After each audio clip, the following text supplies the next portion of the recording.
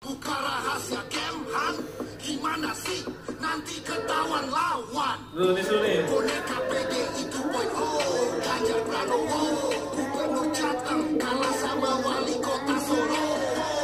Panas, oke gas, tambah 2 orang gas. Waduh, untung saya di tengah.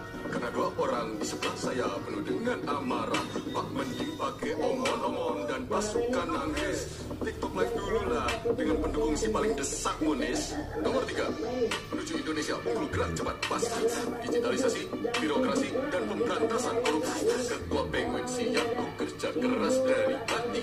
Gak kayak abang dari retorika dan si baru bisnis pribadi. Warga Indonesia paling tepat untuk debat. Dua gawat langsung sikat coblos cepat Ganjar Mahfud. Wakil yang tepat untuk